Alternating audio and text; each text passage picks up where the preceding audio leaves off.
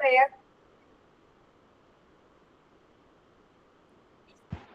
Dear God, bless our teacher and friends. Help us to learn with concentration and respect. Guide us throughout this class. Amen. Okay. Good afternoon to all. Good afternoon.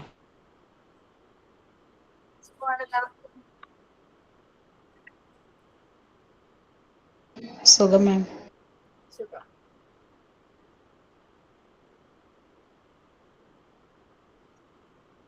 Okay, നമ്മള് approaches ആണ് എടുത്തുകൊണ്ടിരുന്നത്. Start ചെയ്യാം കേട്ടോ.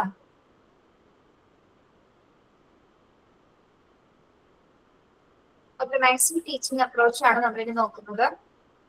ഇത് approaches പഠിച്ചു. 3 approaches അല്ലേ മുന്നേ നോക്കിയത്? Managing, teaching learning, elaboration approach, പിന്നെ ഏതായിരുന്നു? Evaluation approach. മറന്നുപോയല്ലേ? ഓക്കെ, നെക്സ്റ്റ് നോക്കുന്നത് എന്താണ്? ഓർഗനൈസിംഗ് ടീച്ചിങ് അപ്രോച്ച് ആണ്. എങ്ങനെയാണെന്ന് നോക്കാം.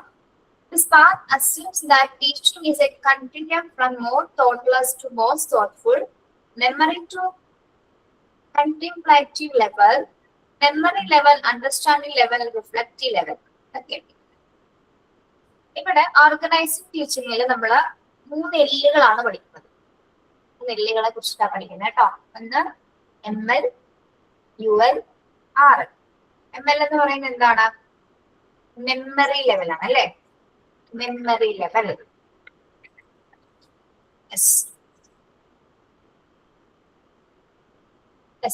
നമ്മളെ ഈ മറ്റു അപ്രോച്ചസിൽ നിന്നും വേറൊരു രീതിയിൽ വ്യത്യസ്തമായിട്ടുള്ള അപ്രോച്ചാണ് എന്താ?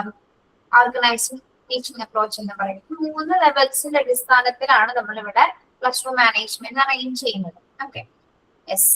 അതായത് കുറച്ചും കൂടി ചിന്താശേഷി കൂടുതലുള്ള ഒരു സെക്ഷൻ ആണെന്ന് വേണമെങ്കിൽ ഇതിൽ പറയാം. അതായത് കുറച്ചും കൂടി എന്താണ്, ഇവിടെ തോട്ടിനാണ് ഏറ്റവും കൂടുതൽ പ്രാധാന്യം, ചിന്തയ്ക്കാണ് ഈ ഒരു ക്ലാസ് റൂം അപ്രോച്ചസിൽ ഏറ്റവും ഇമ്പോർട്ടൻസ് കൊടുക്കുന്നത്. ഓക്കെ, മാത്രമല്ല എന്താണ്, തുടർച്ചയായിട്ടുള്ള ഒരു ടീച്ചിങ് മെത്തേഡ്സിൽ നമ്മൾ ഇതിനെ 3 തലങ്ങളായിട്ടാണ് ഇതിനെ തിരിച്ചിരിക്കുന്നത്. ഓക്കെ, അതായത് 3 തലങ്ങളിലാണ് നമ്മൾ അതായത് ഒരു ടീച്ചിങ് പ്രോഗ്രാം സംഘടിപ്പിക്കുന്ന സമയത്ത് ഒരു ടീച്ചിങ് മെത്തേഡിൽ നമ്മൾ അതായത് ഏറ്റവും ചിന്താപരമായിട്ടുള്ള ഒരു അപ്രോച്ചസും കൂടിയാണ് എന്ത് ഓർഗനൈസിംഗ് ടീച്ചിങ് എന്ന് പറയുന്നത്.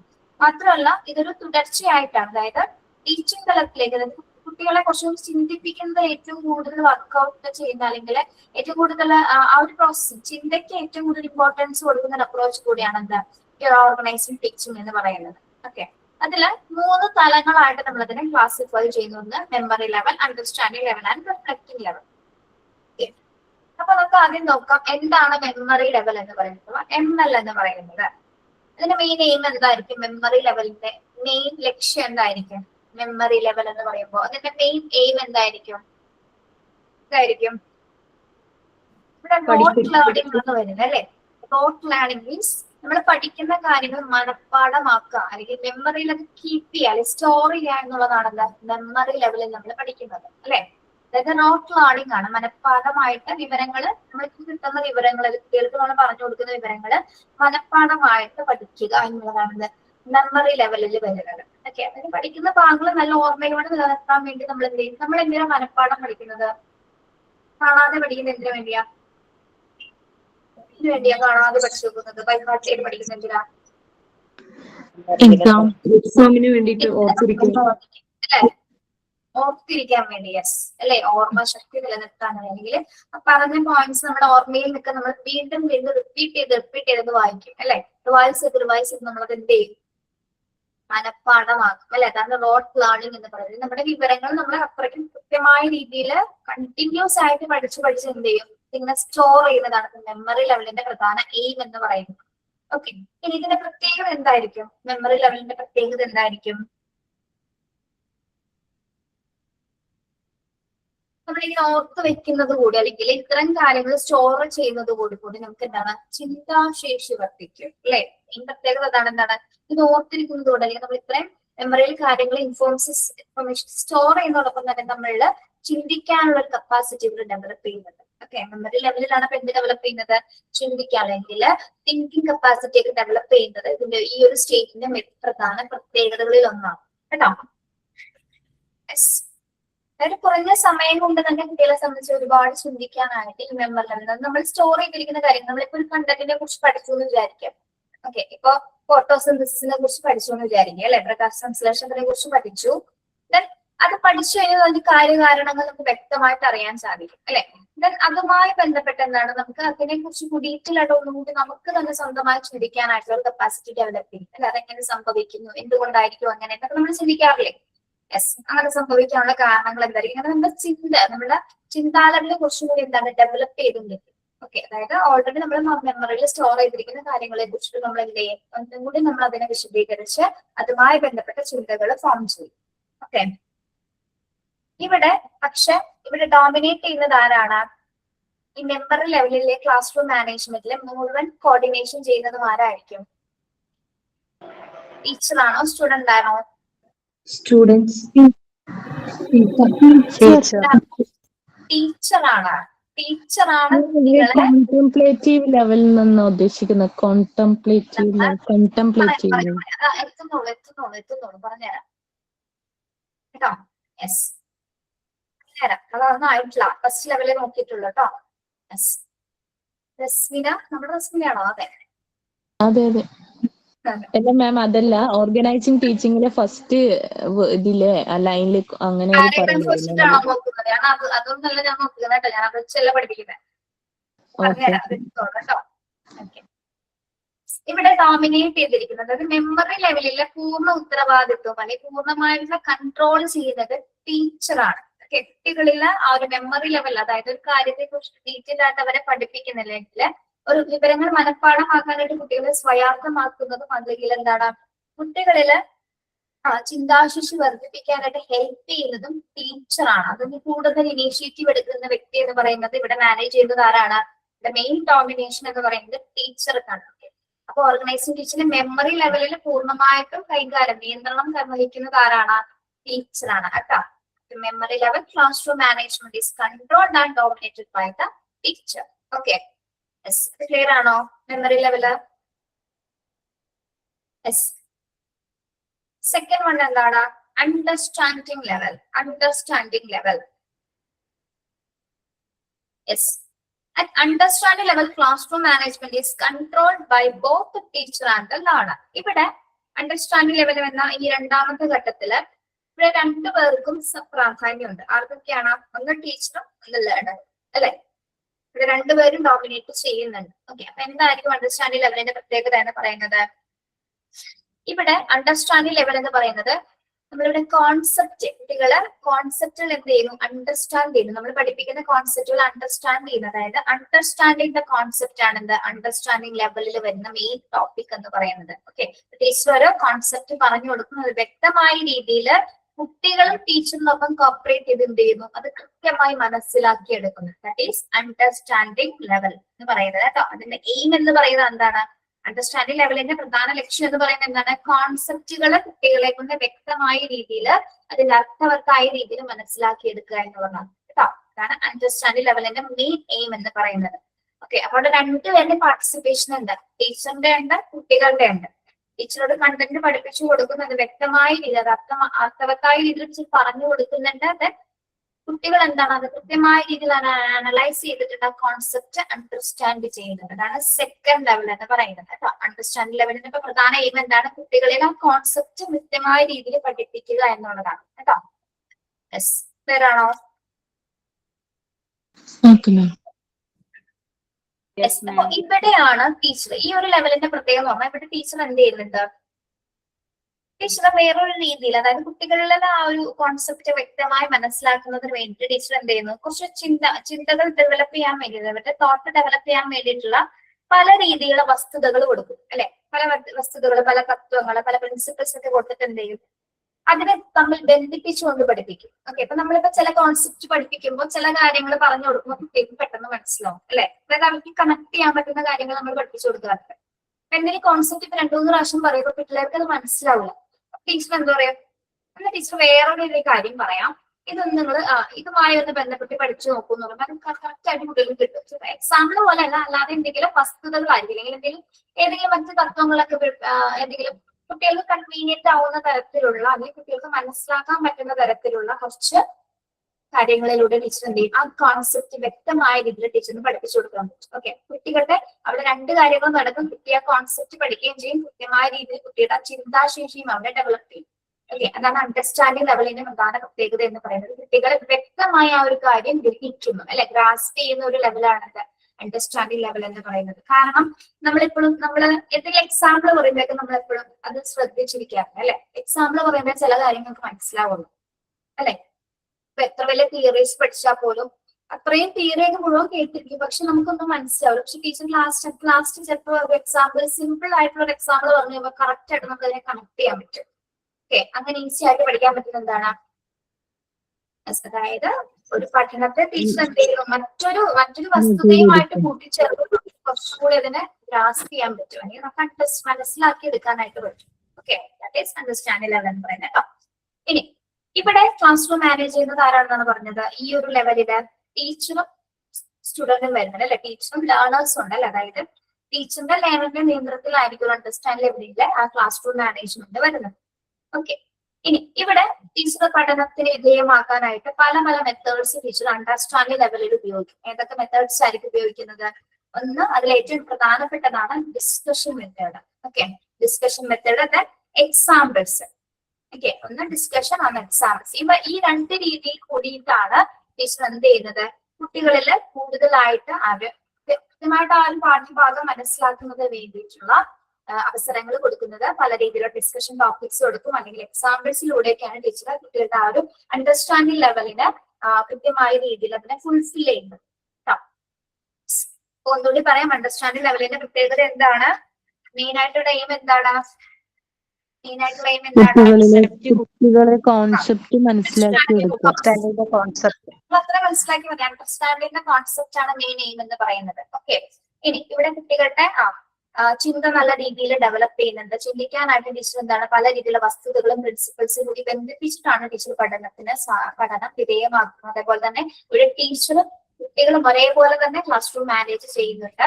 കുട്ടികൾക്ക് കുറച്ചും കൂടി അണ്ടർസ്റ്റാൻഡിംഗ് ലെവൽ ഇംപ്രൂവ് ചെയ്യാൻ വേണ്ടിയിട്ട് ഡിസ്കഷൻ പോലുള്ള എക്സാമ്പിൾസ് പോലുള്ള മെത്തേഡ്സുകളിലൂടെ യൂസ് ചെയ്യുന്നത് കേട്ടോ. ഓക്കെ, മനസ്സിലായല്ലോ അണ്ടർസ്റ്റാൻഡിംഗ് ലെവൽ. യെസ്, നെക്സ്റ്റ് എന്താണ്, റിഫ്ലക്റ്റീവ് ലെവൽ.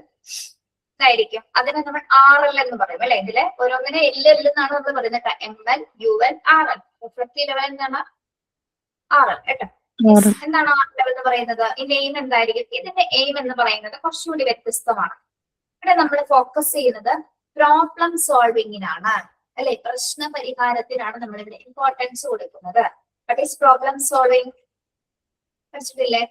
പ്രോബ്ലം സോൾവിങ്, പ്രശ്ന പരിഹാരം, മലയാളം വാക്ക്, അല്ലെ.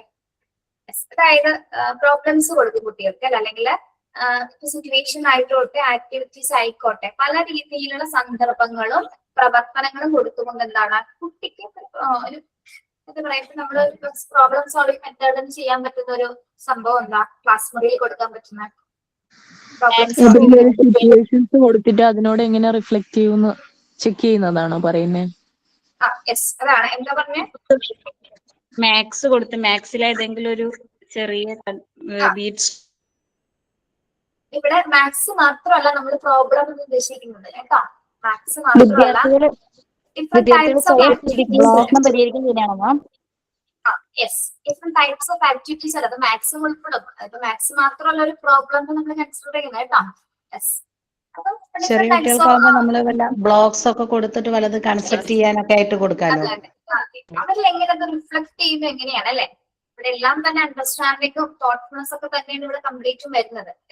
എന്നിരുന്നാൽ പോലും ഇവിടെ മെയിൻ ആയിട്ട് നമ്മൾ ഫോക്കസ് ചെയ്യുന്നത് കുട്ടികളിൽ നമ്മൾ ആ ഒരു പ്രോബ്ലം കൊടുക്കുമ്പോൾ അവരതെങ്ങനെയാണ് ആ ഒരു ലെവലിനെ കംപ്ലീറ്റ് ചെയ്യുന്നത്, അതായത് അവരിൽ അതെങ്ങനെ റിഫ്ലക്ട് ചെയ്യുന്നു എന്നുള്ളതാണ്. പ്രത്യേകിച്ച് അതിന് വേണ്ടിയിട്ടാണ് ഈ ഒരു ലെവൽ നമ്മൾ കൺസിഡർ ചെയ്യുന്നത്. അതായത് കുട്ടിയെ ഏറ്റവും കൂടുതൽ ചിന്തിക്കാൻ മാത്രമേ അവനത് പ്രശ്നം പരിഹരിക്കാൻ പറ്റൂ, അല്ലെ. നമുക്ക് പ്രോബ്ലം സോൾവ് എന്ന് പറയുന്നത് നിസ്സാരമായിട്ടുള്ളൊരു സ്റ്റെപ്പാണോ, മെത്തേഡാണോ? ഒരിക്കലും അല്ല. അതിനെ കുട്ടി അവന്റേതായിട്ട് തലത്തിൽ അവൻ നല്ല രീതിയിൽ ചിന്തിച്ചാൽ മാത്രമേ അവൻ അതിനെ സോൾവ് ചെയ്യാൻ പറ്റുള്ളൂ, അല്ലെ. ആണോ? അതെ. കുട്ടിക്ക് അതിന് സൊല്യൂഷൻ കിട്ടില്ല, അല്ലാതെ സൊല്യൂഷൻ കിട്ടില്ല. അപ്പൊ കുട്ടികളിൽ ഈ ഒരു പ്രോസസ്സ് കടന്നു പോകുമ്പോൾ എന്താണ്, നല്ല രീതിയിൽ കുട്ടി അതിൽ ചിന്തിക്കും, എന്താണ്, എങ്ങനെയാണ്, എങ്ങനെ അത് കിട്ടും എന്നുള്ള രീതിയിൽ നിങ്ങൾ എന്താണ് അത് ചിന്തിക്കും അല്ലെ. അവരുടേതായിട്ടുള്ള ലെവലിൽ നിന്നുകൊണ്ട് എന്താണ് അവരതിനെ മനസ്സിലാക്കിയെടുക്കും. അതിനെ സോൾവ് ചെയ്യാനായിട്ടുള്ള സൊല്യൂഷൻസ് അവർ തന്നെ കണ്ടെത്തും.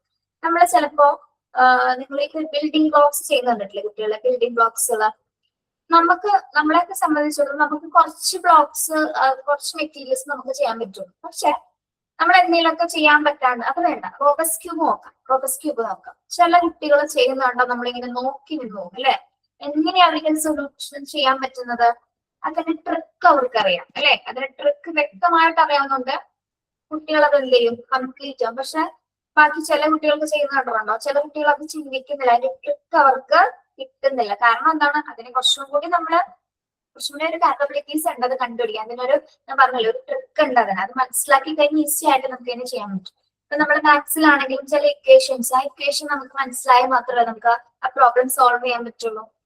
അല്ലാതെ അവിടെ കിടന്ന് എങ്ങനെ പരിശ്രമിച്ചിട്ടും കാര്യമില്ല. ഇക്വേഷൻ എന്താണോ ഉദ്ദേശിച്ചിരിക്കുന്നത് അതിലൂടെ പോയാൽ മാത്രം നമുക്ക് ചിലപ്പോൾ കിട്ടും. പക്ഷെ എന്നിരുന്നാൽ പോലും എന്താണ് മാത്സിനെ സംബന്ധിച്ചിടത്തോളം മാത്സ് നമുക്ക് ഏത് രീതിയിലും ചെയ്യാൻ പറ്റും അല്ലെ. സൊല്യൂഷൻ കിട്ടുന്നത് പല രീതിയിൽ നമുക്ക് ചിലപ്പോൾ ഒരു ആൻസറിലേക്ക് എത്തിച്ചേരാം.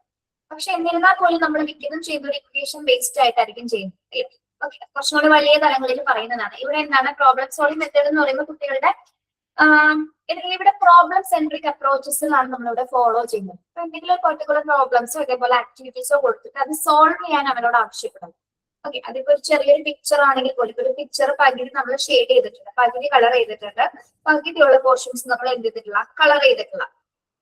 ഓക്കെ, ചെറിയ കുട്ടികളെ സംബന്ധിച്ചിടത്തോളം നമ്മൾ അങ്ങനത്തെ ആക്ടിവിറ്റീസ് ആണ് കൊടുക്കുന്നത്. അപ്പൊ അവിടെ ഏതൊക്കെ കളർ ചൂസ് ചെയ്യണോ നമ്മൾ ചിന്തിക്കും അല്ലെ, ചിന്തിക്കൂലേ, ഏത് കളർ ചൂസ് ചെയ്യണം, ഏത് കളറാണ്, ഏത് കളർ സെലക്ട് ചെയ്യണമെന്ന് കുഞ്ഞവിടെ ആലോചിക്കും, കുഞ്ഞവിടെ ചിന്തിച്ചുകൊണ്ടിരിക്കുക. ഇപ്പൊ തത്തയുടെ ഒരു കൂടായിരിക്കും, അല്ലെങ്കിൽ എന്തെങ്കിലും ഒരു സിറ്റുവേഷൻ കൊടുത്തിട്ട് ചില കുട്ടികൾക്ക് അത് അറിയാൻ പറ്റും ഏതാണ് കളർ ആക്ട് ആയിട്ട്. ചില കുട്ടികൾ വെറുതെ വരച്ചു വെക്കും, വെറുതെ എന്തെങ്കിലുമൊക്കെ കാണിച്ചു വെക്കും. പക്ഷെ ചില കുഞ്ഞുങ്ങൾ കറക്റ്റ് ആയിട്ട് ചിന്തിച്ച് കൂടിന് ഏത് കളറാണ്, അല്ലെങ്കിൽ കുഞ്ഞുങ്ങളുടെ തത്തയുടെ മുട്ട ഉണ്ടെങ്കിൽ മുട്ടയ്ക്ക് ഏത് കളറാണ്, അല്ലെങ്കിൽ മരക്കൊമ്പിലാണ് ഇരിക്കുന്നത് മരക്കൊമ്പിന്റെ കളറ്, ചില്ലയുടെ കളറ് അല്ലെങ്കിൽ ഇലയുടെ കളറൊക്കെ വ്യക്തമായിട്ട് അവനെ ഒബ്സർവ് ചെയ്തൊരു കുഞ്ഞാണെങ്കിൽ അവന് വ്യക്തമായിട്ട് എന്ത് ചെയ്യും, അവൻ ചിന്തിച്ച് അതേ സമയം എടുത്ത് അവൻ എന്ത് കളർ ചെയ്യും അല്ലെ.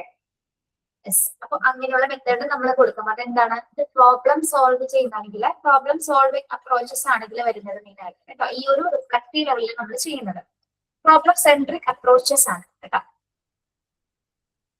അപ്പൊ ഇവിടെ ക്ലാസ് റൂം മാനേജ് ചെയ്യുന്നത് ആരായിരിക്കും, റിഫ്ലക്റ്റീവ് ലെവലിൽ ക്ലാസ് റൂം മാനേജ് ചെയ്യുന്നത് ആരാണ്, സ്റ്റുഡൻസ് ആണോ. ആക്ടിവിറ്റി കൊടുക്കുമ്പോ അവരെങ്ങനെ നോക്കുന്നതല്ലേ, അപ്പൊ പിന്നെ അവരായിരിക്കും Yes, very good. At a reflective level, the learners dominate managing the classroom activities, the problem-solving stage of teaching. The classroom activities are managed in the seminar and conference call. Okay, അതിന് മുൻപ് എന്താ പറഞ്ഞത്, അപ്പൊ നമ്മൾ ആദ്യത്തെ memory ലെവലിൽ ആരാണ് dominate ചെയ്യുന്നത്, ടീച്ചറാണ്. അണ്ടർസ്റ്റാൻഡിംഗ് ലെവലിൽ ടീച്ചറും വരുന്നത്, ലേണറും ആണ് ക്ലാസ് റൂം മാനേജ് ചെയ്യുന്നത്. ഇവിടെ പ്രോബ്ലം സോൾവിംഗ് മെത്തേഡിൽ just teacher as A facilitator മാത്രമാണ് അല്ലെ. അത് സോൾവ് ചെയ്യുന്നത് ആരാണ്, നിങ്ങളാണ് അല്ലെ, കുട്ടികളാണ് പ്രോബ്ലം സോൾവ് ചെയ്യുന്നത്.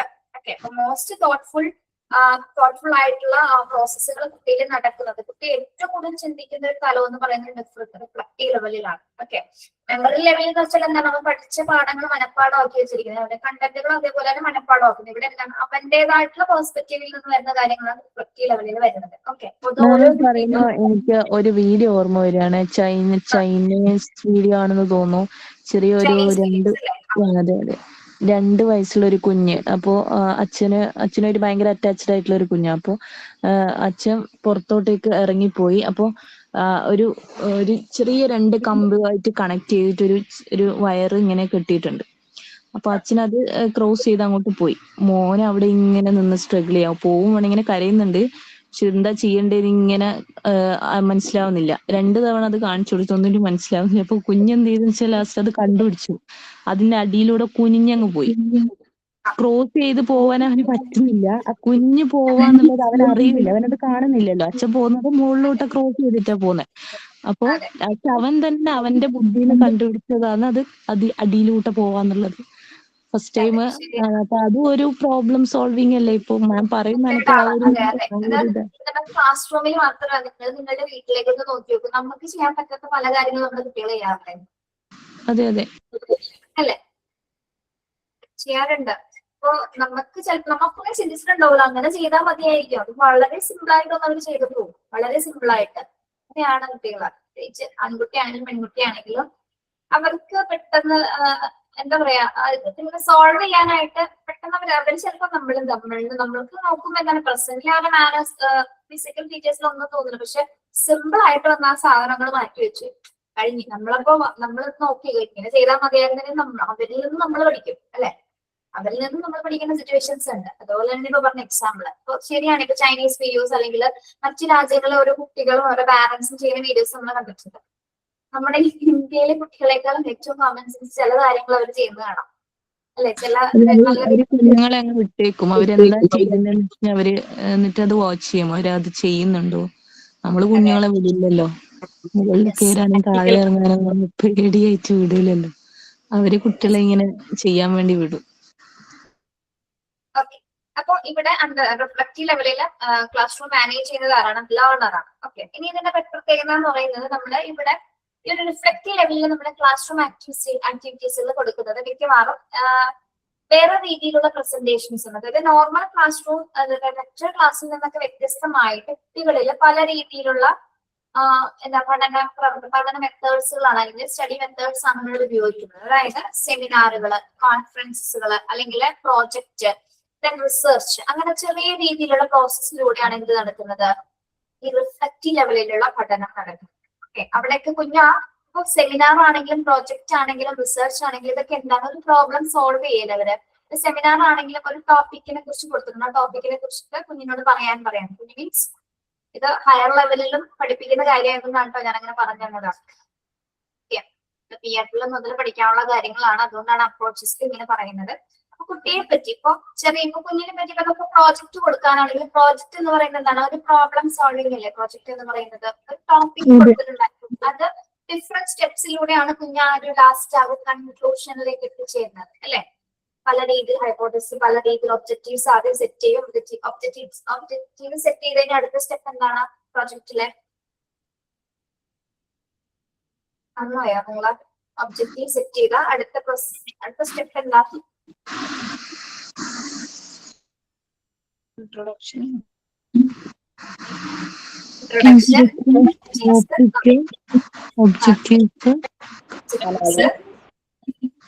മെയിൻ കോണ്ടന്റ് ഇല്ല നമ്മളെ അനാലിസിസ്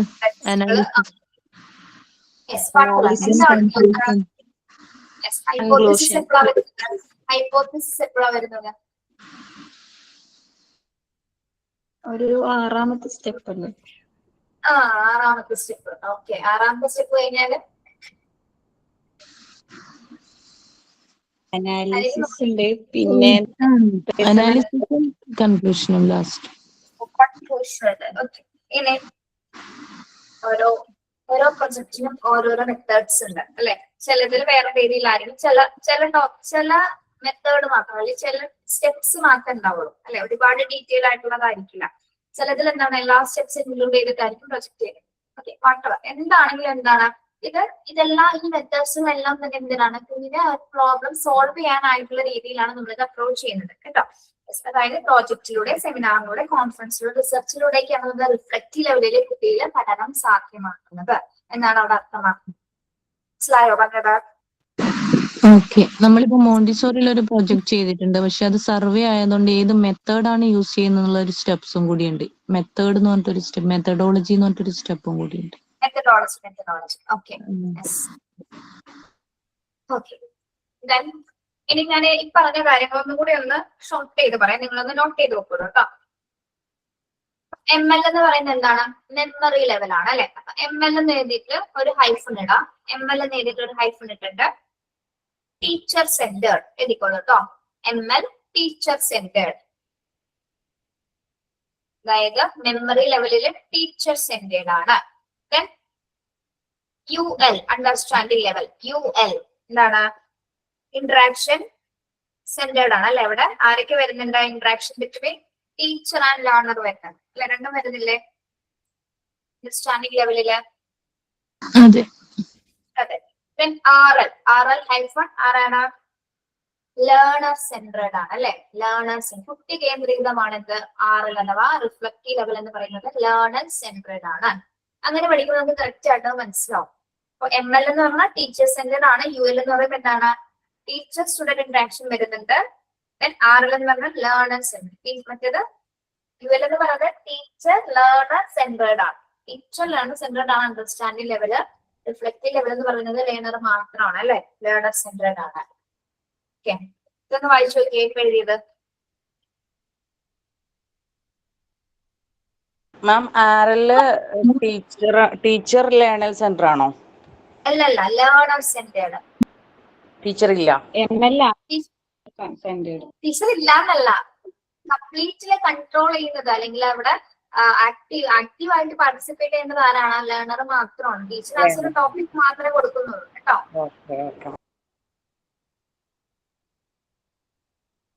മാം ഇപ്പൊ പറഞ്ഞുകൊണ്ടിരിക്കുന്ന ടോപ്പിക് എങ്ങനെയാണ് ടീച്ച് ചെയ്യുന്നൊരു ലെവലാണോ അല്ലെങ്കിൽ ടീച്ച് ചെയ്യുന്നതിന്റെ 3 മെത്തേഡ്സ് ആണോ? ക്ലാസ് റൂം മാനേജ്മെന്റ് മെത്തേഡ് ആണ്. ക്ലാസ് റൂമിൽ ഒരു നമുക്ക് ക്ലാസ് റൂം എങ്ങനെ മാനേജ് ചെയ്യണം എന്നുള്ളതിന്റെ മെത്തേഡ് എങ്ങനെയാണുള്ളത് അതിന് വേണ്ടിയാണ് നമ്മൾ ഈ 4-5 അപ്രോച്ചസും പഠിച്ചുകൊണ്ടിരിക്കുന്നത്. ഓക്കെ, അപ്പൊ നിങ്ങൾക്ക് ഇത് ഏത് അപ്രോച്ചസ് വേണമെങ്കിലും സ്യൂട്ട് ചെയ്യാം. നിങ്ങൾ ഇതിൽ ഏതെങ്കിലും ഒരു അപ്രോച്ചസ് നിങ്ങൾക്ക് ഇഷ്ടപ്പെടുന്നുണ്ടോ അല്ലെ, അല്ലെങ്കിൽ കുറച്ചുകൂടി കുട്ടികൾക്ക് ഇതാണ് സ്യൂട്ട് ആവുന്നത് നമുക്ക് അറിയാൻ പറ്റുന്നത്. അപ്പൊ അങ്ങനെയൊക്കെ ചൂസ് ചെയ്ത് നിങ്ങൾക്ക് ചെയ്യുകയാണെങ്കിൽ, അതായത് ഈ അപ്രോച്ചസിൽ പറഞ്ഞിരിക്കുന്ന കാര്യങ്ങൾ അനുസരിച്ച് തന്നെ പോകണം. ഒരിക്കലും നമ്മളൊരു സ്ട്രക്ചറിനെ ചൂസ് ചെയ്യാന്ന് മാത്രമേ ഉള്ളൂ. പക്ഷെ റിയലിസ്റ്റിക് ആയിട്ട് നമ്മൾ ചെയ്യുമ്പോൾ എന്തായിരിക്കും കുറെ വ്യത്യാസങ്ങൾ വരും. കാര്യം ഇത് കുട്ടികളിലാണ് നമ്മൾ ചെയ്യുന്നത് അല്ലെ.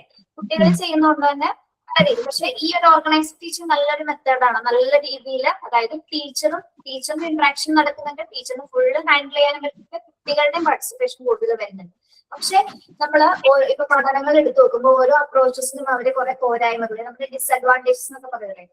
അതേപോലെ അങ്ങനെ പോരായ്മകള് പല സൈക്കോളജിസ്റ്റുകളും അല്ലെങ്കിൽ എഡ്യൂക്കേഷനിസ്റ്റുകളും പറയുന്നുണ്ട്. ഓക്കെ, അപ്പൊ നമ്മൾക്ക് ഏതാണോ, നമ്മൾ ആസ് എ ടീച്ചർ എന്ന നിലയിൽ നമുക്ക് ഏതാണോ ഇഷ്ടപ്പെട്ടത് ചൂസ് ചെയ്യാൻ പറ്റുന്നത് അതിനനുസരിച്ച് നമുക്ക് ഏത് രീതിയിലും ക്ലാസ്സുകൾ കൊണ്ടുപോകാം. അപ്പൊ കുറച്ചുകൂടി വെറൈറ്റി ആയിരിക്കും ക്ലാസ് റൂമുകൾ അല്ലെ. അപ്രോച്ചസിലൂടെയുള്ള പഠനങ്ങൾ എന്ന് പറയുമ്പോൾ നല്ല ഭംഗിയായിട്ട് നമുക്ക് ക്ലാസ്സുകൾ എടുക്കാൻ പറ്റും. പക്ഷെ അത് അപ്രോച്ച് എന്ന് പറയുമ്പോൾ നമ്മൾ എഴുതി വെച്ച കാര്യങ്ങൾ ഒരിക്കലും സ്വീകരിക്കരുത്. നിങ്ങൾക്കത് പ്രാക്ടിക്കലി ചെയ്യുമ്പോൾ നിങ്ങൾ കുറച്ചുകൂടി നിങ്ങളുടേതായ പോയിന്റ് ഓഫ് വ്യൂവിൽ കുറെ കാര്യങ്ങൾ കൊണ്ടുവരാൻ പറ്റണം. അതിന് ആ ക്ലാസ് മുറിയിൽ എങ്ങനെ മാറ്റിയെടുക്കാൻ പറ്റും അത് നിങ്ങളുടെ കയ്യിലിരിക്കുന്ന കാര്യങ്ങളാണ്. ഓക്കെ, ഫസ്റ്റ് ഓഫ് ഓൾ ഒരു പ്രാവശ്യം നമ്മൾക്ക് ചെയ്യുന്നതൊന്നും കിട്ടിയെന്ന് വരില്ല. ഈ ഒരു മെത്തേഡൊക്കെ ഫോം ചെയ്ത് ചെയ്യുമ്പോൾ ചിലപ്പോൾ നമുക്ക് ചെയ്യാൻ പറ്റില്ല. പിന്നെ എന്താണ് പിന്നീട് കുട്ടികളത് ട്രെയിൻ ചെയ്ത് എന്താണ് നമുക്ക് ഓൾറെഡി ഒരു അപ്രോച്ചസ് നമ്മളുടേതായ ഒരു ടീച്ചിങ് സ്റ്റൈലിലൂടെ ഒരു അപ്രോച്ച് നമുക്ക് ഫോം ചെയ്തെടുക്കാൻ പറ്റും. ഓക്കെ, അപ്പൊ അതേത് വേണം നിങ്ങളുടെ ഇഷ്ടം പോലെ ചൂസ് ചെയ്യാം കേട്ടോ. ഇപ്പൊ രണ്ടാമതൊരു അണ്ടർസ്റ്റാൻഡിങ് ലെവല് പറഞ്ഞില്ലേ, അപ്പൊ ആ ഒരു ലെവല് പറഞ്ഞപ്പോ എനിക്ക് തോന്നിയത് ഇപ്പൊ നമ്മൾ നമ്മുടെ മുന്നിലുള്ള കുട്ടികൾ ഏത് ലെവലിലുള്ള കുട്ടികളാണെന്ന് മനസ്സിലാക്കാൻ വേണ്ടി ഇപ്പൊ നമുക്കൊരു കുഞ്ഞുകുട്ടികളാണ് ഇപ്പൊ നമ്മള് കുറച്ച് പിക്ചേഴ്സ് ഇതിപ്പോ മെയിൻ ആയിട്ട് കോമൺ ആയിട്ട് അവർ കാണുന്ന ഒരു പിക്ചർ ക്യാരറ്റോ അല്ലെങ്കിൽ പാരറ്റിനോ നമ്മൾ എടുത്തിട്ട് എന്ത് ചെയ്യുക, അതിന്റെ പിക്ചേഴ്സ് ഡൗൺലോഡ് ചെയ്തിട്ട് എല്ലാ കുഞ്ഞുങ്ങൾക്കും കൊടുക്കുക. അപ്പോൾ എല്ലാ കുഞ്ഞുങ്ങളും എങ്ങനെയാണ് അതിനെ റിഫ്ലക്ട് ചെയ്യുന്നത് എന്നുള്ളത് നമ്മൾ നോക്കുക. അപ്പോൾ റിഫ്ലക്റ്റിംഗ് അപ്പോൾ ചില കുട്ടികൾ കറക്റ്റ് റെഡ് കുക്കിന്റെ സ്ഥാനത്ത് റെഡ് കളറും ബാക്കിയുള്ള സ്ഥാനത്ത് ഗ്രീൻ കളറും കൊടുക്കും. ഇപ്പൊ ക്യാരറ്റ് ആണെങ്കിൽ അതിന്റെ കറക്റ്റ് കളർ കൊടുക്കും. ചില കുഞ്ഞുങ്ങൾ കൊടുക്കില്ല, ഏതെങ്കിലും കളർ കൊടുക്കും. അപ്പോൾ കുട്ടികളുടെ ലെവൽ ഏതാണെന്ന് നമുക്ക് ആ റിഫ്ലക്ഷൻ മെത്തേഡിലൂടെ മനസ്സിലാക്കാൻ പറ്റും. കറക്റ്റ് അല്ലേ മാം? വെരി ഗുഡ്, കറക്റ്റ് ആണ്. ഇവിടെ ഭയങ്കരമായിട്ട് ചിന്തിച്ചുകൊണ്ടിരിക്കുകയാണ് റസ്മിനവിടെ. ഇല്ല മാം, പറയുമ്പോ എനിക്ക് തോന്നിയത് അങ്ങനെ ചെയ്തുകൂടെ എന്നുള്ളത്. ഇപ്പൊ നമ്മളിവിടെ പഠിക്കുന്ന കാര്യങ്ങൾ നിങ്ങൾക്ക് ഇഷ്ടമുള്ള പോലെ ഇവിടെ നമുക്ക് ക്ലാസ് റൂം സിറ്റുവേഷൻസിൽ യൂസ് ചെയ്യാം. അതിന് വേണ്ടിയിട്ടാണ് നമ്മൾ പഠിപ്പിച്ചു തരുന്നത്. ഓക്കെ, ഞാന് ടീച്ചിങ് പ്രാക്ടീസിന് പോയിട്ടുണ്ടായിരുന്നേ. അപ്പോ ഞാന് ഫസ്റ്റ് ഡേ ഞാൻ പെർമിഷൻ ചോദിച്ചിട്ടുണ്ടായിരുന്നു. അതായത് ടേം എക്സാമിന് മുന്നേ ഞാൻ വരട്ടേന്ന് ചോദിച്ചിട്ടുണ്ടായിരുന്നു. അപ്പൊ അവർ ഓക്കെ പറഞ്ഞു. പിന്നെ അത് കഴിഞ്ഞ് എനിക്ക് ഈ ഓഫർ ലെറ്റർ ഒക്കെ കിട്ടാൻ ഇത്തിരി ലേറ്റ് ആയി. അപ്പൊ അതുകൊണ്ട് കുറച്ച് കഴിഞ്ഞിട്ട് പോയപ്പോ സിസ്റ്റർ അതിൻ്റെ ഇത് അപ്പോ ചോദിച്ചപ്പോ അവര് പറഞ്ഞു ഇനിയിപ്പോ പറ്റില്ല, ടൈം ആയി എന്നൊക്കെ പറഞ്ഞു. ഇനി മൺഡേ തൊട്ട് എക്സാം തുടങ്ങാന്ന് പറഞ്ഞു. അപ്പൊ ഞാൻ പറഞ്ഞു പക്ഷെ ഞാൻ പറഞ്ഞു എങ്ങനെ എനിക്ക് അറ്റ്ലീസ്റ്റ് ഒരു 2 days എങ്കിലും എനിക്ക് ചെയ്യാൻ പറ്റുമോ പറഞ്ഞപ്പോ ഓക്കെ എന്നാ വായോ എന്ന് പറഞ്ഞു. അപ്പൊ ഞാൻ പോയി. അപ്പൊ എക്സാം ആയതുകൊണ്ട് ഞാൻ ഒന്ന് പ്രിപ്പയർ ചെയ്യാനാണ് പോയത്.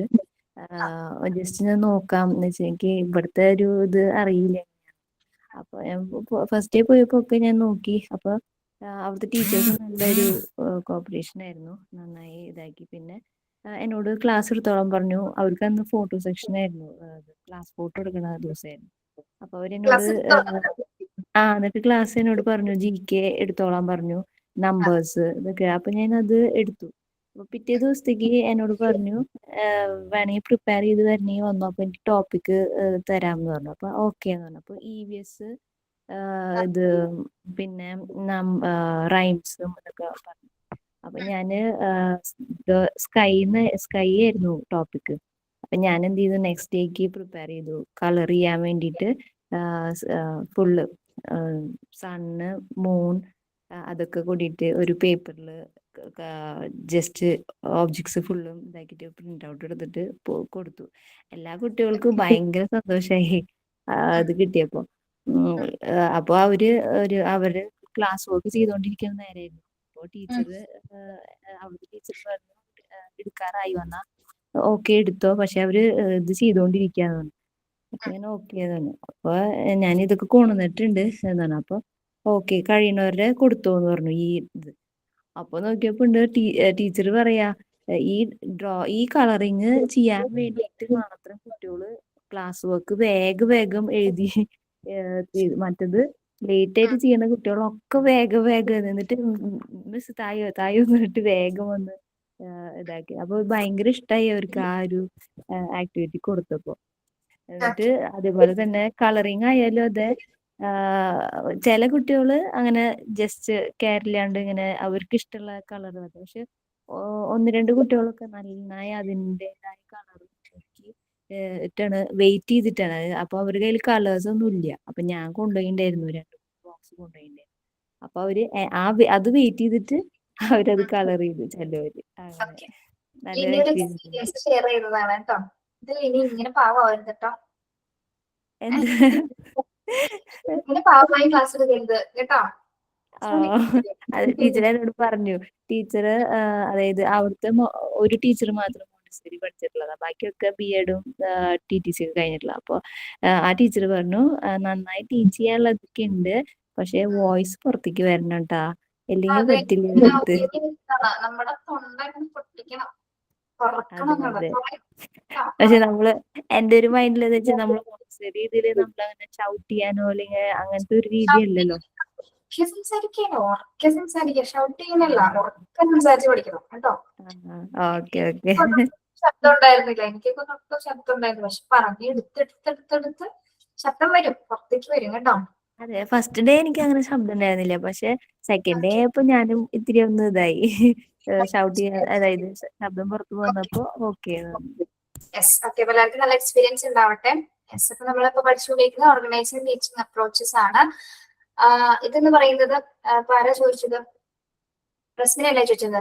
കണ്ടംപ്ലേറ്റീവ് ലെവൽ എന്ന് പറയുന്നത് ഇവിടെ നമ്മൾ ഈ പഠിക്കുന്ന കോൺസെപ്റ്റിൽ കംപ്ലീറ്റ് കുട്ടികളെ കൊണ്ട് ചിന്തിക്കാനുള്ള ഒരു പ്രോസസ്സാണ് അല്ലെ. കുട്ടികളെ ചിന്താശേഷി ഡെവലപ്പ് ചെയ്യുന്ന ഒരു പ്രോസസ്സാണ് നമ്മൾ ഇതിൽ പഠിക്കുന്നത്. കംപ്ലീറ്റ് ഈ ഒരു അപ്രോച്ച് അത് തന്നെയാണ്. അതായത് മെമ്മറി ലെവലാണെങ്കിലും അണ്ടർസ്റ്റാൻഡിംഗ് ലെവലാണെങ്കിലും റിഫ്ലക്റ്റീവ് ലെവലാണെങ്കിലും കുട്ടികൾ ഏറ്റവും കൂടുതൽ ഇവിടെ നടക്കുന്ന കാര്യം എന്താണ്? കുട്ടികൾ നല്ല രീതിയിലൂടെ ചിന്തിക്കപ്പെടുന്നുണ്ട് അല്ലെ. അപ്പൊ എന്തുകൊണ്ടാണ് ഇതിനെ കണ്ടംപ്ലേറ്റീവ് ലെവൽ എന്ന് പറയുന്നത്, മെമ്മറി ടു കണ്ടംപ്ലേറ്റീവ് ലെവൽ എന്ന് പറയുന്നത്? ആക്ടിവിറ്റിയിലേക്കാണോ? ആക്ടിവിറ്റി ചെയ്ത് ആക്ടിവിറ്റി സ്റ്റേജ് എന്നല്ല, ചിന്താശകലം എന്നല്ല നന്നായി പറയുന്നത്. എന്താ പറയാ, ആഴത്തിലുള്ള ചിന്തകൾ എന്നൊക്കെ പറഞ്ഞു, ഇൻഡെപ്ത് തോട്ട്സ് എന്നൊക്കെ പറയില്ല, അല്ലെങ്കിൽ ധ്യാനമായിട്ടുള്ള ഒരു അവസ്ഥ. ധ്യാനിക്കുന്നത് എങ്ങനെയാണ്? ഒരുപാട് ചിന്തകൾ കൂടുന്ന സമയത്താണ് നമുക്ക് ധ്യാനമുണ്ട്. ധ്യാനിച്ചിരിക്കുന്ന സമയത്ത് ഇപ്പൊ നമ്മള് മഹർഷിമാർ അല്ലെങ്കിൽ ഗുരുവരന്മാരൊക്കെ ധ്യാനിച്ചിരിക്കുന്ന സമയത്ത് കണ്ടിട്ടില്ലേ അവരെ? അവര് ധ്യാനിച്ചിരിക്കുക എന്ന് പറയുന്നത് വെറുതെ അവിടെ ഇരിക്കുന്നില്ല, അവരുടെ മനസ്സിൽ കൂടി എന്തൊക്കെ കടന്നു പോകുന്നുണ്ട്? പല രീതിയിലുള്ള ചിന്തകളാണ് അല്ലെ, തോട്ടുകൾ. ഒരുപാട് തോട്ട്സ് കിടക്കുന്നത്. അപ്പൊ ഈ കണ്ടംപ്ലേറ്റിംഗ് എന്ന് പറയുന്നത് ധ്യാനനിരതമായിട്ടുള്ള തലം എന്നാണ്. അതായത് ഓർമ്മയുടെ ഏറ്റവും ആഴത്തിലുള്ള തലം എന്നാണ് കണ്ടംപ്ലേറ്റീവ് ലെവൽ എന്ന് പറയുന്നത് കേട്ടോ. അപ്പൊ കുട്ടികളിൽ ഈ ഓർഗനൈസ്ഡ് ടീച്ചിങ് അപ്രോച്ചസിലൂടെ കുട്ടികൾ എന്താ പഠിക്കുന്നത്, അവരുടെ ഏറ്റവും കൂടുതലുള്ള ചിന്താശേഷിയാണ് ഇവർ ഡെവലപ്പ് ചെയ്യുന്നത്. അതുകൊണ്ടാണ് മെമ്മറേറ്റീവ് കോംപ്ലിറ്റേറ്റീവ് ലെവൽ എന്നാണ് ഇതിലൂടെ പറയുന്നത് കേട്ടോ. ഇവിടെ ഏറ്റവും ഇമ്പോർട്ടൻസ് കൊടുക്കുന്നത് എന്തിനാണ്? തോട്ടിനാണ്, ചിന്തയ്ക്കാണ് ഈ ഒരു അപ്രോച്ചിൽ നമ്മൾ ഏറ്റവും കൂടുതൽ ഇമ്പോർട്ടൻസ് കൊടുക്കുന്നത്. ഓക്കെ, അത് നമ്മൾ തുടങ്ങിയപ്പോൾ തന്നെ ഞാൻ പറഞ്ഞല്ലോ, ഏറ്റവും ചിന്താപരമായിട്ടുള്ള തലത്തെ കുറിച്ചുള്ള അപ്രോച്ചസ് ആണിത്. ഓക്കെ, ഇപ്പൊ കുട്ടികളുടെ thinking capacity, problem solving capacity. Problem solve ചെയ്യണമെങ്കിൽ തന്നെ കുട്ടിക്ക് എന്ത് വേണം? ചിന്തിച്ചാൽ മാത്രം സോൾവ് ഓർഗനൈസ്ഡ് ടീച്ചിങ് അപ്രോച്ച്. അപ്പൊ അതിൽ 3 ലെവലുകൾ ഉണ്ടെന്ന് ഓർക്കുക. ML, UL, reflective level. ഓരോ ലെവലിൽ ആരൊക്കെയാണ് ഡോമിനേറ്റ് ചെയ്യുന്നതെന്ന് ഓർക്കുക. അത്രയും നിങ്ങൾ പഠിച്ചാൽ മതി കേട്ടോ. Okay, next one modular approach. Okay, next ഇത് വേറൊരു ഡിഫറെന്റ് ടൈപ്പ് ഓഫ് അപ്രോച്ച് ആണ്. ഇത് കുറച്ചുകൂടി വേറൊരു കോൺസെപ്റ്റ് ആണ് ഇതിൽ വരുന്നത്. മോഡുലാർ അപ്രോച്ച് ഓഫ് ടീച്ചിങ് എന്ന് പറയുന്നത്. Teaching models are used in managing class room activities. അപ്പൊ ഇവിടെ മോഡുലാർ അപ്രോച്ചിന്റെ പ്രത്യേകത, നമ്മളിവിടെ യൂസ് ചെയ്യുന്നത് എന്തൊക്കെയാണ്? ടീച്ചിങ് മോഡൽസുകളാണ് നമ്മളിവിടെ യൂസ് ചെയ്യുന്നത്. ടീച്ചിങ് മോഡൽസ് ഉപയോഗിച്ചുകൊണ്ടുള്ള ഒരു പഠനമാണ്, അല്ലെങ്കിൽ ക്ലാസ് റൂം ആക്ടിവിറ്റീസ് ആണ് മോഡുലാർ അപ്രോച്ചസ് വരുന്നത്. ഓക്കെ, നോക്കാം. There are various families of teaching models. Each family has its own class management. A model containing 4 fundamental elements: focus, syntax, social system, support system. The format of classroom management can be studied and induced with the help of these elements. The syntax of managing classroom activities contain the structure of learning. The variation of classroom management can be identified with this modular path of teaching. അവിടെ നിൽക്കട്ടെ. Modular, module എന്നൊക്കെ പറഞ്ഞ എന്താ പിള്ളേരെ? Modular module എന്നൊക്കെ പറഞ്ഞ എന്താ? ചെറിയ ചെറിയ ഫോമുകളായിട്ട് മോഡ്യൂൾസ് ആയിട്ട് ഇതിനെ നമ്മുടെ ഫ്രീലി ആയിട്ടുള്ള കണ്ടൻസ്, ചെറിയ ചെറിയ സ്വതന്ത്ര കണ്ടൻസുകളാക്കി, അല്ലെങ്കിൽ തന്നെ കുറെ കമ്പോണൻസുകളാക്കി മാറ്റുന്നതൊക്കെ എന്തിനാ വേണ്ടി? നമ്മൾ വലിയ കാര്യത്തിന് ചെറിയ കമ്പോണന്റ് ആക്കി മാറ്റുന്നത് എന്തിനാ? വലിയ കാര്യങ്ങൾ ചെറിയ ചെറിയ കമ്പോണൻസ് ആക്കി. അത് നമുക്ക് കീപ്പ് ചെയ്യാനുള്ള എളുപ്പത്തിന് വേണ്ടിയിട്ട്, അതുപോലെ അണ്ടർസ്റ്റാൻഡിങ്ങിന് എളുപ്പത്തിന് വേണ്ടിയിട്ട്. സോഷ്യൽ സയൻസ് എന്ന സ്ട്രീം, സോഷ്യൽ സയൻസ് എന്ന സ്ട്രീമില് നമ്മള് ഇപ്പൊ കുട്ടികളെ സംബന്ധിച്ചിടത്തോളം ഇപ്പൊ 8ാം ക്ലാസ് മുതൽ 10 വരെ നമ്മൾ ആ ടോപ്പിക്കിനെ നമ്മൾ ഡിവൈഡ് ചെയ്യുന്നുണ്ട്. സോഷ്യൽ സ്റ്റഡീസിനെ എന്തായിട്ട് ഡിവൈഡ് ചെയ്യുന്നുണ്ട്? നമ്മള് അപ്പൊ എന്തിനാണ് 2 കമ്പോണൻസ് ആയിട്ട് ഇതിനെ മാറ്റി? ജോഗ്രഫിക്കൽ ആയിട്ടുള്ള ആസ്പെക്ട്സ്, ഹിസ്റ്റോറിക്കൽ ആയിട്ടുള്ള ആസ്പെക്ട്സുകൾ വരെ. അപ്പൊ കുട്ടികൾക്ക് എന്താണ് അത് ഒരു പ്രോസസ്സിലുള്ള കാര്യങ്ങൾ കൃത്യമായിട്ട് പഠിക്കാൻ പറ്റും. മറ്റു പ്രോസസ്സിലുള്ള കാര്യങ്ങൾ അതിൽ ഉൾപ്പെടുന്ന വേറെ വേറെ കണ്ടന്റിൽ ഉൾപ്പെടുന്ന കാര്യങ്ങൾ ഈസി ആയിട്ട് ക്യാച്ച് ചെയ്യാൻ പറ്റും. അപ്പൊ അതിനാണ് നമ്മൾ എന്ത് ചെയ്യുന്നത്? ഇപ്പൊ നമ്മുടെ ടെക്സ്റ്റ് ബുക്ക് നോക്കിയാൽ അറിയാം. നമ്മുടെ മോണ്ടിസോറി ടെക്സ്റ്റ് ബുക്കിൽ എത്ര മൊഡ്യൂൾ ഉണ്ട്? മൊഡ്യൂൾ 5 വരുന്നുണ്ട്. 5 മൊഡ്യൂൾ, 5 മൊഡ്യൂൾസ് ഉണ്ട്. ഓക്കെ, ഇതിൽ നമ്മൾ പാർട്ട് 1 നമ്മൾ പഠിക്കുന്നത് എന്താണ്? വേണ്ട, പാർട്ട് 1 നിൽക്കട്ടെ. എനിക്ക് സൈക്കോളജി ഏരിയ മാത്രം അറിയണമെന്ന് പറഞ്ഞു. ഡെവലപ്മെന്റ് ഏരിയയും സൈക്കോളജി ഏരിയയും നമ്മൾ രണ്ട് സ്ട്രീമിലാണ് പഠിക്കുന്നത്. 5 ചാപ്റ്റേഴ്സ് നമ്മൾ എന്താണ്? ഡെവലപ്മെന്റ്സിനെ കുറിച്ചുള്ള ചാപ്റ്റർ ആണ് അല്ലെ? കുട്ടിയുടെ ഗ്രോത്ത് മുതൽ ലാംഗ്വേജ് ഡെവലപ്മെന്റ് വരെ, സൈക്കോളജി മുതൽ ഇൻഡിവിജ്വൽ ഡിഫറൻസ് വരെ അല്ലെ? അങ്ങനെയല്ല പഠിക്കുന്നത് ചാപ്റ്ററുകൾ. ഇങ്ങനെ നമ്മൾ കോൺസ്റ്റിറ്റ്യൂട്ടീവ് കമ്പോണൻസുകളാക്കി മാറ്റിയിരിക്കുന്നത് അതിനെ കുറച്ചുകൂടി ഈസി ആയിട്ട് പഠിക്കാൻ വേണ്ടിയിട്ടാണ് അല്ലെ? അതല്ല ഓരോ കണ്ടന്റ്സിൽ എന്തെല്ലാം ഉൾക്കൊള്ളുന്നു, ഓരോ ആസെറ്റ്സ് അല്ലെങ്കിൽ ഓരോ ഭാഗങ്ങളിൽ എന്തെല്ലാം ഉൾപ്പെടുന്നു എന്നൊക്കെ പഠിക്കാൻ വേണ്ടിയിട്ട് കുറച്ചുകൂടി കുറെ യൂണിറ്റ് വൈസ് ആവുമ്പോൾ എന്താണ് കുറച്ചുകൂടി നമുക്കത് ഈസി ആയിട്ട് മനസ്സിലാക്കാൻ പറ്റും. അല്ലെങ്കിൽ നമുക്കൊരു കൺഫ്യൂഷൻ ആയിട്ടുള്ള ഒരു സ്റ്റഡി, അങ്ങനത്തെ ഉള്ള ഒരു മെത്തേഡിലല്ലാതെ കുറച്ചുകൂടി ഫ്രീലി ആയിട്ട് നമുക്ക് എന്താണ് ഫീൽ ഫ്രീ ആയിട്ട് കൂടിയിട്ട് നമുക്കത് പഠിക്കാൻ സാധിക്കും. അപ്പൊ ഇവിടെ മോഡുലാർ അപ്രോച്ച് എന്ന് ഉദ്ദേശിക്കുന്നത് അങ്ങനെയല്ല, മൊഡ്യൂൾസ് ആയിട്ടാണ് നമ്മളിവിടെ ക്ലാസിഫൈ ചെയ്യുന്നത്. അതിനെ നമ്മൾ ഫാമിലീസ് ഓഫ് ടീച്ചിങ് മോഡൽസ് എന്നൊക്കെ പറയും അതിന്. ഓക്കെ, ഇപ്പൊ ഫാമിലി എന്ന് ഉദ്ദേശിക്കുന്നത് ഇതിനെ കുറച്ച് കമ്പോണൻസുകൾ തന്നെയാണ് ഫാമിലി എന്ന് പറഞ്ഞാൽ ഇവിടെ ഉദ്ദേശിക്കുന്നത്. അത് മൊഡ്യൂൾ വൈസ് ആയിട്ട് നമ്മൾ ഒരു കണ്ടന്റിനെ പല പല യൂണിറ്റ്സ്, അതായത് ഫ്രീ യൂണിറ്റ്സ് ആയിട്ടുള്ള കണ്ടന്റ്സുകളാക്കി മാറ്റുകയാണ്. ഓക്കെ, അതായത് ഒരു ചെറിയ കണ്ടന്റിനെ നമ്മൾ എന്താണ് ഒരു ഫ്രീ യൂണിറ്റ്സുകളാക്കി മാറ്റിയെടുക്കുന്നത്. അങ്ങനെ ആ ഫ്രീ യൂണിറ്റ് എന്ന രീതിയിലുള്ള 4 യൂണിറ്റിനെ കുറിച്ചാണ് നിങ്ങൾ മോഡുലാർ അപ്രോച്ചിൽ പഠിക്കുന്നത്.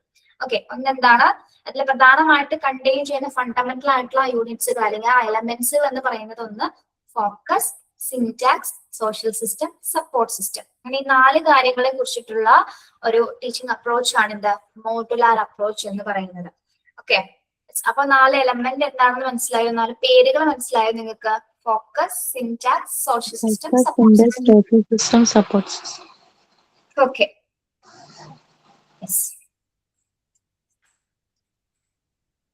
നോക്കാം. നമുക്ക് ആദ്യം ഫസ്റ്റ് വൺ എന്താണ്? ഫോക്കസ്. ഫോക്കസ് എന്ന് പറയുമ്പോൾ എന്താണ്? ഫോക്കസ് കേന്ദ്രീകരിക്കുക, ശ്രദ്ധ കേന്ദ്രീകരിക്കുക.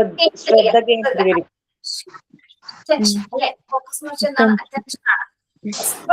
നമ്മളിപ്പോ ഓരോ പഠന ഭാഗങ്ങളെ ഓരോ മൊഡ്യൂൾസുകളായിട്ട് ക്ലാസിഫൈ ചെയ്യും. ഓരോ മൊഡ്യൂളുകളായിട്ട് ക്ലാസിഫൈ ചെയ്തതിനു ശേഷം എന്താണ് ഓരോ ഭാഗങ്ങൾ, ഓരോ ടീച്ചിങ് എന്താ പറയാ, ഓരോ സബ്ജക്റ്റുകളായിട്ട് നമ്മൾ ക്ലാസിഫൈ ചെയ്യുമ്പോൾ ഓരോ സബ്ജക്റ്റിനും ഓരോരോ സ്പെസിഫിക് ലക്ഷ്യങ്ങൾ ഉണ്ടായിരിക്കും. അപ്പൊ ആ ലക്ഷ്യം മാത്രം ഫോക്കസ് ചെയ്തായിരിക്കും നമ്മൾ പഠിക്കുന്നത്, അല്ലെ? ഇപ്പൊ ഒരു ടോപ്പിക് പഠിക്കുമ്പോൾ ആ ടോപ്പിക് പഠിക്കുന്നതിന് ഒരു എയിം ഉണ്ടാവും, അല്ലെ?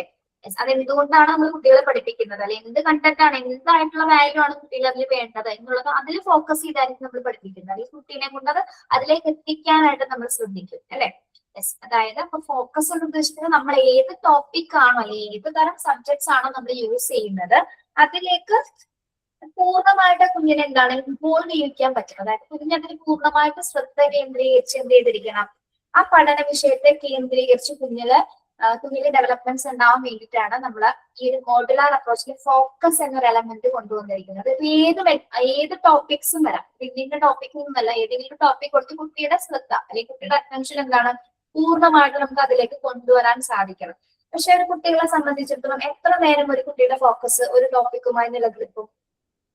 കുഞ്ഞിനെ സംബന്ധിച്ചിടത്തോളം അരമണിക്കൂർ. അരമണിക്കൂറൊന്നും കിട്ടുമോ?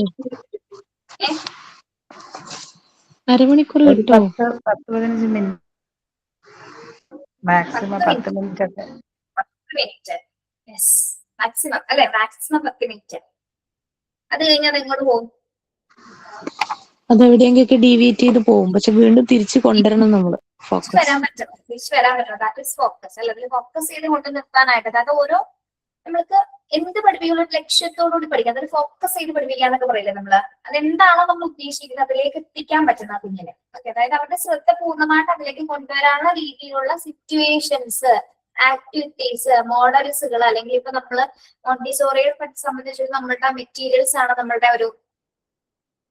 നമ്മുടെ ബേസിക് ഫൗണ്ടേഷൻ എന്ന് പറയുന്നത്, നമ്മുടെ അപ്പാരറ്റസുകൾ. ഓക്കെ, അത് ഇപ്പൊ ഏത് കുഞ്ഞാണെങ്കിലും ഇപ്പൊ ബ്രൗൺ സ്റ്റെയർ ആയിക്കോട്ടെ, പിൻറ്റോർ ആയിക്കോട്ടെ, അല്ലെങ്കിൽ നമ്മുടെ എന്താ പറയാ ഫ്രെയിംസ് എന്താണെങ്കിലും ആയിക്കോട്ടെ, പല ഏരിയാസുകൾ എന്താണെങ്കിലും കുഞ്ഞുങ്ങൾ അത് എത്ര നേരം നോക്കും, എത്ര നേരം അത് ആ ഒരു മെറ്റീരിയൽസ് ഉപയോഗിച്ച് കുഞ്ഞ് കളിക്കും, അതിനെ കുറിച്ച് പഠിക്കും. ഓരോ കുഞ്ഞുങ്ങളും ഡിഫറെന്റ് ആയിരിക്കും, എന്നാലും ക്യൂരിയോസിറ്റി കൊണ്ട് ആ കുഞ്ഞുങ്ങൾ അത് ശരിയാകുന്നത് വരെ ചില കുഞ്ഞുങ്ങൾ അത് റിപ്പീറ്റ് ചെയ്തുകൊണ്ടിരിക്കും. റിപ്പീറ്റേഷൻ അവിടെ നടക്കുന്നത്, അതായത് റിപ്പീറ്റേഷൻ ചെയ്തുകൊണ്ടിരിക്കാന്ന് പറഞ്ഞാൽ കുഞ്ഞതിൽ ഫോക്കസ് ചെയ്തുകൊണ്ടിരിക്കുകയാണ്. ആവർത്തിച്ചാണ് ചെയ്യുന്നതെന്ന് അതിന്റെ പ്രധാന അർത്ഥം എന്ന് പറയുന്നത് അവൻ അതിനെ കേന്ദ്രീകരിച്ചുകൊണ്ടിരിക്കുന്നതിന് അല്ലെങ്കിൽ ഫോക്കസ് ചെയ്യുക, ആ ഒരു അറ്റംപ്റ്റിന് അല്ലെങ്കിൽ ആ ടോപ്പിക്കുമായിട്ട് കുഞ്ഞതിലെ റിലേറ്റ് ചെയ്ത് പോകുമ്പോഴാണ് ഇതില് ഫോക്കസിലേക്ക് എത്തിച്ചല്ല അറ്റൻഷൻ ഉണ്ടാവുക എന്ന് പറയുന്നത്. ഓക്കെ, അപ്പൊ മോഡുലാർ അപ്രോച്ചിന് ഫസ്റ്റ് എലമെന്റിൽ വരുന്ന എന്താണ് എന്ത് ഫോക്കസ് എന്ന് പറയുന്നത്. ഇനി ഒരു പുതിയ പദം അവിടെ കിടക്കുന്നുണ്ട് അല്ലെ, നമ്മൾ ആദ്യമായിട്ട് കേൾക്കുന്നതായിരിക്കും സിൻടാക്സ്. കേട്ടിട്ടുണ്ടോ സിൻടാക്സ്? ഇല്ല മാം, കേട്ടിട്ടില്ല. എന്തായിരിക്കും സിൻടാക്സ് എന്ന് പറയുന്നത്?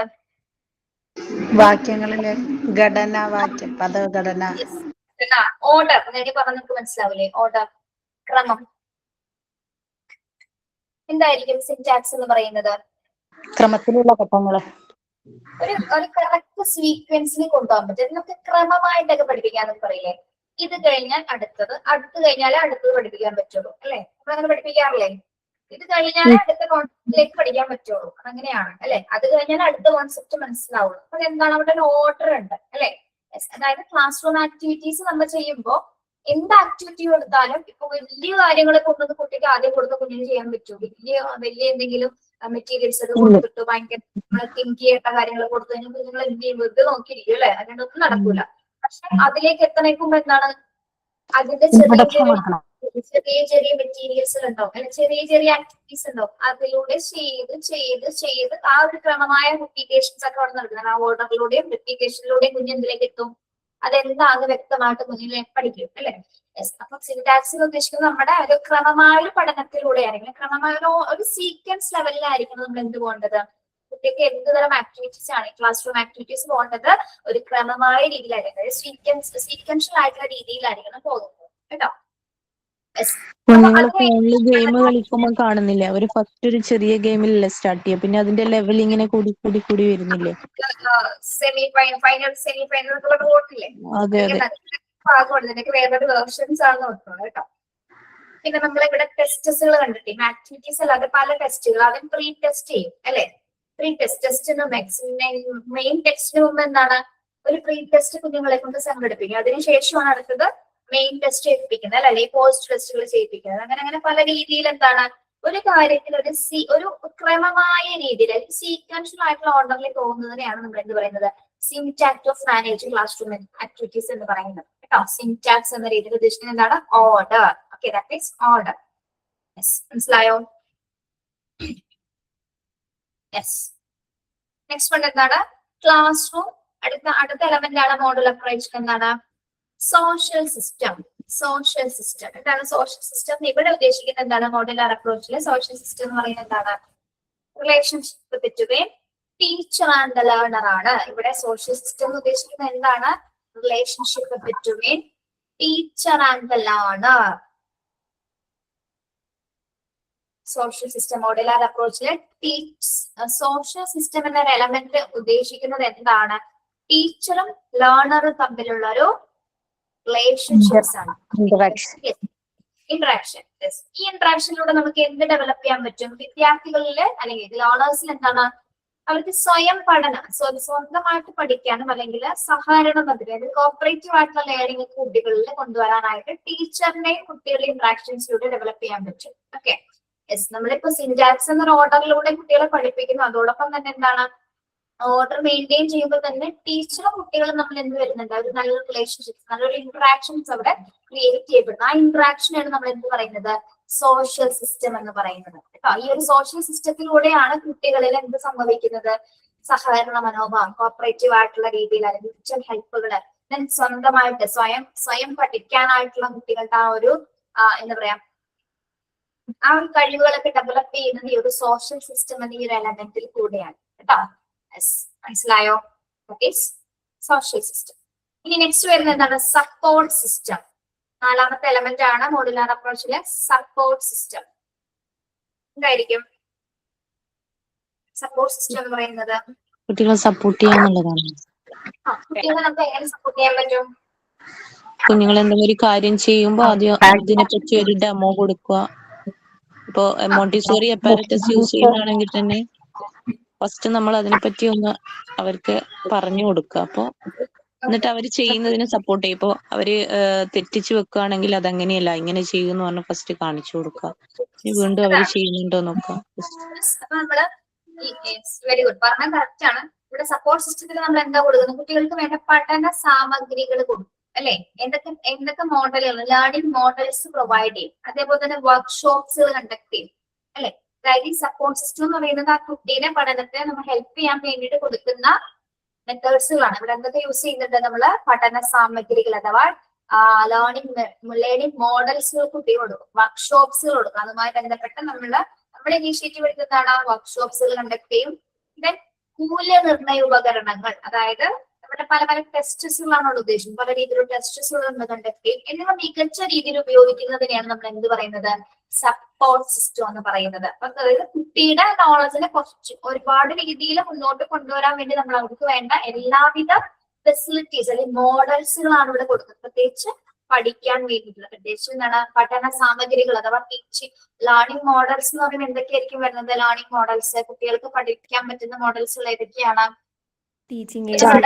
ഷേപ്സുകൾ കൊടുക്കുക അല്ലെ. നമ്മുടെ ഡിഫറെന്റ് ടൈപ്സ് ഓഫ് ഷേപ്സ് ഇല്ലേ, ട്രയാങ്കിള്, റെക്ടാങ്കിള്, സർക്കിള്, റെക്ടാങ്കുലർ പ്രിസം, പല പല ഷേപ്സുകൾ. ഓക്കെ, അപ്പൊ അതിന്റെ മോഡൽസുകൾ കൊടുക്കും. യഥാർത്ഥ ഫീച്ചേഴ്സ് ആണ് നമ്മൾ കൊടുക്കുന്നത്, യഥാർത്ഥ രീതിയിലുള്ള, അതായത് 3D ഫോംസ് ഉണ്ട്, പല രീതിയിൽ നിങ്ങൾക്ക് നിങ്ങളുടെ കയ്യിൽ എന്താണുള്ളത് അതുപോലെ നമുക്ക് കൊടുക്കാവുന്നതാണ് അല്ലെ. അപ്പൊ ഷേപ്സുകൾ കുട്ടികൾ റിയലിസ്റ്റിക് ആയിട്ടുള്ള മാനറിലാണ് പഠിക്കുന്നത് അല്ലെ, കൈകൊണ്ടെടുത്തും കണ്ടും തൊട്ടും അറിഞ്ഞൊക്കെയാണ് കൃത്യമായിട്ട് പഠിക്കുന്നത്. Okay, yes. അപ്പൊ അവരെന്താണ് നമ്മളത് ഇത് ഏത് രീതിയിലുള്ള അപ്രോച്ചിലൂടെയാണ് കുട്ടികൾക്ക് ഇത്തരം അവസരങ്ങൾ നമ്മൾ കൊടുക്കുന്നത്? സപ്പോർട്ടിംഗ് സിസ്റ്റത്തിൽ. സപ്പോർട്ടിംഗ് സിസ്റ്റം എന്ന് പറയുന്നത് എന്താണ്? കുട്ടിക്ക് പഠിക്കാനായിട്ടുള്ള വേണ്ട രീതിയിലുള്ള മോഡൽസുകൾ നമ്മൾ പ്രൊവൈഡ് ചെയ്യുക എന്നുള്ളതാണ് എന്തുദ്ദേശിക്കുന്നത്? സപ്പോർട്ട് സിസ്റ്റം എന്ന് പറയുന്നത്. ഓക്കെ, അപ്പൊ ഒന്നുകൂടി ബ്രീഫ് ചെയ്ത് പറയുകയാണെങ്കിൽ മോഡുലാർ അപ്രോച്ച് എന്ന് പറയുന്നത് നമ്മൾ ഈച്ച് മോഡൽസിലൂടെയാണ് ഇവിടെ പഠനം സാധ്യമാകുന്നത്. ഇതിനു വേണ്ടി നമ്മൾ ഈ മോഡുലാർ അപ്രോച്ചസിനെ 3 പല രീതിയിലുള്ള സ്വതന്ത്ര യൂണിറ്റുകളായിട്ട് ഇതിനെ ക്ലാസിഫൈ ചെയ്യുന്നു. ആ സ്വതന്ത്ര യൂണിറ്റ്സുകൾ അല്ലെങ്കിൽ 4 എലമെന്റുകളാണ് എന്ത്? Focus, syntax, social system and support system എന്ന് പറയുന്നത്. ഫോക്കസ് എന്ന് പറയുന്നത് എന്താണ്? കുട്ടിക്ക് ഏതാണോ പഠന വിഷയം അതിലേക്ക് അവന്റെ പൂർണ്ണ അറ്റൻഷൻസ് കൊണ്ടുവരാൻ വേണ്ടിയിട്ടുള്ള ഒരു പഠന രീതിയാണ് എന്ത്? ഫോക്കസ് എന്ന് പറയുന്നത്. ഏതിലാണോ അവന്റെ പഠനം കേന്ദ്രീകരിക്കേണ്ടത് അതിലേക്കായിരിക്കും ആ ഫോക്കസിൽ നമ്മൾ ത്രൂ ഔട്ട് കാര്യങ്ങളും ചെയ്യുന്നത്. സിന്റാക്സ് എന്ന് പറയുന്നത് ഏത് പഠന പ്രവർത്തനമാണോ ചെയ്യുന്നത് അതിന് വേണ്ട ഒരു കൃത്യമായ ക്രമം നിർണ്ണയിക്കുന്നത്, ഏതൊരു സീക്വൻഷ്യൽ ലെവൽ കണ്ടെത്തുന്നത്. Then support system, social system എന്ന് പറയുന്നത് എന്താണ്? ഇവിടെ ഇന്ററാക്ഷൻ അല്ലെ, relationship between teacher and learner. ഇതിലൂടെ നമുക്ക് കുട്ടികളുടെ എല്ലാ രീതിയിലുള്ള കോപ്പറേഷൻസും മ്യൂച്വൽ ഹെൽപ്പ് ഒക്കെ ഡെവലപ്പ് ചെയ്യാനായിട്ട് സഹായിക്കുന്നു. സപ്പോർട്ട് സിസ്റ്റം എന്ന് പറയുന്നത് കുട്ടിക്ക് പഠിക്കാൻ വേണ്ട എല്ലാ തരം മോഡൽസുകൾ പ്രൊവൈഡ് ചെയ്യുക, അല്ലെങ്കിൽ പഠന സാമഗ്രികൾ, അല്ലെങ്കിൽ വർക്ക്ഷോപ്സുകൾ, പിന്നെ മൂല്യനിർണ്ണയ ഉപകരണങ്ങൾ തുടങ്ങിയവ കൊടുത്തിട്ട് പഠനം നല്ല രീതിയിൽ സാധ്യമാക്കുക എന്നതാണ് ഈ മോഡുലാർ അപ്രോച്ചസിൽ പ്രധാനമായിട്ട് നമ്മൾ പഠിക്കുന്നത് കേട്ടോ. ഇവിടെ നമ്മൾക്ക് ഒരു പ്രത്യേകത എന്ന് വെച്ചാൽ മോഡൽസുകൾ ആവശ്യമാണ്. കുട്ടികളെ പഠിപ്പിക്കാനായിട്ട് ടീച്ചിങ് മോഡൽസ് നമ്മൾ ഇവിടെ പ്രിപ്പയർ ചെയ്യേണ്ടി വരും. അത് മാത്രമാണ് ഇവിടുത്തെ പ്രധാന ഇമ്പോർട്ടന്റ് ആയിട്ട് വരുന്ന ഒരു അസറ്റ്സ് എന്ന് പറയുന്നത്. മറ്റൊന്ന് വെച്ചാൽ നമുക്ക് ഏതെങ്കിലും കണ്ടൻസ് ഏതൊക്കെ രീതിയിൽ അവതരിപ്പിക്കാം. ഇവിടെ എന്താണ് മോഡുലാർ അപ്രോച്ച് എന്ന് പറയുമ്പോൾ കുറച്ചും കൂടി വേറൊരു കോൺസെപ്റ്റ് ആണ് അല്ലെ. ഇവിടെ നമ്മൾ ടീച്ചിങ് മോഡൽസിലൂടെയാണ് പഠനം കുറച്ചും കൂടി കുട്ടികൾ, അതായത് കുറച്ചും കൂടി ഈസി ആയിട്ട് പഠിക്കാൻ വേണ്ടിയിട്ടും, അതായത് കുഞ്ഞ് കണ്ടും കേട്ടും പഠിക്കുന്ന അറിയുമ്പോൾ കുറച്ചും കൂടി വേറെ രീതിയിലാണ് കുട്ടികൾ അത് ഗ്രാസ്പ് ചെയ്യുന്നത്. അപ്പൊ അത്തരത്തിലുള്ള അപ്രോച്ചാണ് എന്താ മോഡുലാർ അപ്രോച്ച് എന്ന് പറയുന്നത്. മോണ്ടിസോറി മോഡുലാർ അപ്രോച്ച് ടീച്ചിങ് ആണോ? മോഡുലാർ അപ്രോച്ച് ആയിട്ട് നമുക്ക് കണക്ഷൻ ഉണ്ടല്ലോ, പൂർണ്ണമായിട്ടുണ്ട് അല്ലെ. നമ്മൾ നല്ലൊരു സപ്പോർട്ടിംഗ് സിസ്റ്റം കൊടുക്കുന്നില്ല അതില്. മെറ്റീരിയൽസ് ഓറിയന്റഡ് ആണ് നമ്മുടെ മോണ്ടിസോറി ക്ലാസ് റൂം അല്ലെ. ഫുൾ മെറ്റീരിയൽസ് ഓറിയന്റ് ചെയ്തിട്ടാണ് നമ്മൾ കുട്ടികൾ പഠിപ്പിക്കുന്നത്. ഓക്കെ, അപ്പൊ 2 അപ്രോച്ചസ് ഇന്ന് പഠിച്ചു. ഇനിയിപ്പോ ഒരെണ്ണം കൂടി ഉള്ളൂ, operations of class room teachings. അത് അടുത്ത ക്ലാസ്സിൽ എടുക്കാം. അത് കഴിഞ്ഞിട്ട് ടീച്ചർ കുറച്ച് പേർക്ക് സെമിനാറിൽ തന്നിരുന്നു ഒരു 2-3 ടോപ്പിക്കുകൾ. അത് അടുത്ത ക്ലാസ്സിൽ ഒരു ഡൗട്ട് ചോദിച്ചോട്ടെ, കുട്ടിയുടെ ഫോക്കസ് ചെയ്യിപ്പിക്കാൻ വേണ്ടിയിട്ടുള്ള എന്തെങ്കിലും അങ്ങനെ ഒരു ചാപ്റ്റർ ഉണ്ടോ നമ്മുടെ PGക്ക്? കുട്ടികളെ ഫോക്കസ് ചെയ്യിപ്പിക്കാൻ അങ്ങനെ ചാപ്റ്ററോ? അതായത് അറ്റൻഷൻ, കുട്ടികളുടെ എങ്ങനെ നമുക്ക് അറ്റൻഷനിൽ കൊണ്ടുവരാന്നുള്ളത്. അറ്റൻഷൻ കൊണ്ടുവരാന്ന് പറയുന്നത് റസ്മിന ബിഎഡ് എടുത്തല്ലേ റസ്മിന? അല്ലല്ല, ഞാൻ ഡിഗ്രി പഠിച്ചതാണ്. ഡിഗ്രി കംപ്ലീറ്റ് ചെയ്തു. ഡിഗ്രി ആണ് അതെ. അറ്റൻഷൻ കൊണ്ടുവരാനാണേ നമുക്ക് ഒരാളുടെ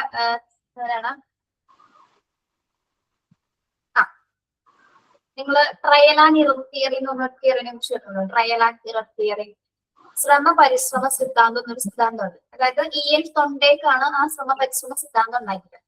അപ്പൊ അദ്ദേഹം ഒരു പൂച്ചയിലാണ് പരീക്ഷണം നടത്തിയത്. പക്ഷെ അദ്ദേഹത്തിന്റെ പരീക്ഷണം മുഴുവൻ മനുഷ്യരിൽ ചെയ്യാനായിട്ടുള്ള വേണ്ടിയിട്ടാണ് അദ്ദേഹം പരീക്ഷണം കണ്ടക്ട് ചെയ്തത്. അപ്പൊ അദ്ദേഹം അതിൽ പറയുന്നുണ്ട് കുട്ടികള് അവർ വില്ലിങ് ആയിരിക്കുമ്പോൾ മാത്രമേ കുഞ്ഞുങ്ങൾ പഠിക്കുകയുള്ളൂ.